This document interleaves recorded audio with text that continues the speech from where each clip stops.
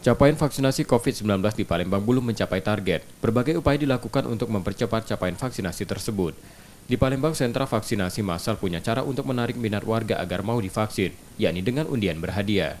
Aneka hadiah pun diberikan, mulai sepeda, kulkas, mesin cuci, kipas angin, hingga penanak nasi. Pengusaha supermarket bahan bangunan yang menjadi penyelenggara vaksinasi menyediakan hadiah untuk menyemangati peserta vaksin, serta sekaligus memeriahkan HUT TNI ke-76 5 Oktober. Cara kreatif ini diharapkan membantu pemerintah mencapai target kekebalan kelompok sebanyak 70% vaksinasi pada akhir tahun nanti. Selama 3 hari vaksin ini ada menyediakan hadiah-hadiah door prize untuk yang menerima vaksin supaya nanti mungkin masyarakat juga makin lebih termotivasi lagi, semakin lebih melihat satu. Tapi yang paling penting adalah vaksin ini yang terutama, hadiah itu hanya memeriahkan saja.